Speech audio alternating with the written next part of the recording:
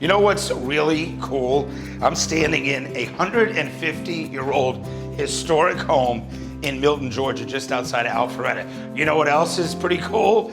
They're serving some of the most spectacular southern farmhouse food in the entire state of Georgia. What does it mean? It means 50 yards behind me, there's a farm where virtually every vegetable you're gonna eat is coming from there.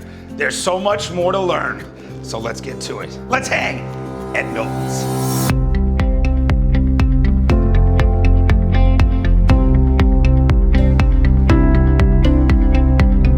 Milton's is a farmhouse restaurant from the mid-1800s. We have our own 1-acre garden that we grow all of our organic, non-GMO vegetables, and we do premier farmhouse style cuisine. Chef Derek Dollar is one of the best chefs in the area. I love the food, love the garden.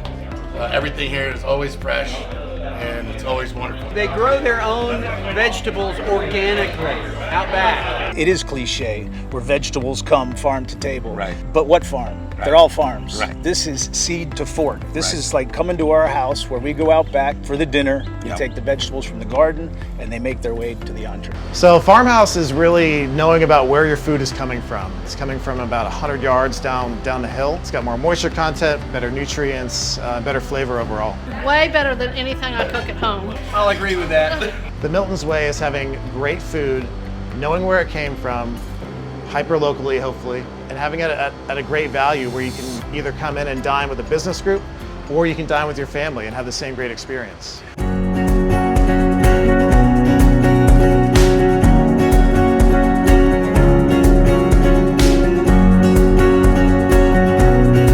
The food.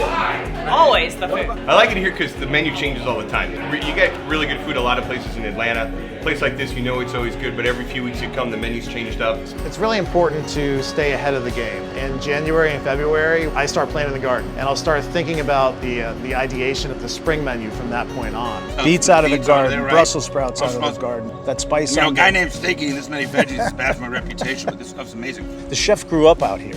The chef's been driving this menu for almost a decade now. Wow. From scratch. It's definitely a food of love, and so we do take time in our dishes, but you know, we can also expedite things as well. Our favorite is the wedge and salmon. You can either have it plain or blackened. It's not dry, but it's not drenched in butter. Whether it be scallops or shrimp, and it's always top of the line. We have a filet ribeye here that's just outstanding. We never say no to anything. You know, if somebody comes and wants me to roll sushi, I'll never say no. That's never happened before, but we always try to do whatever we can.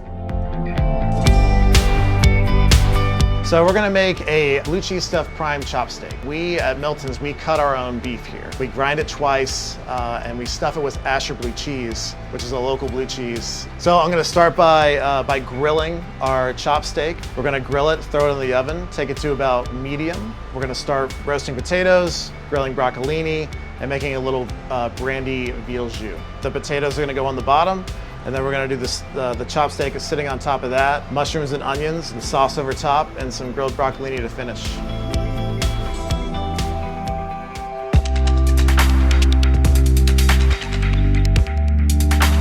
The restaurant itself is over 150 years old. The cottage, 2 rooms connected.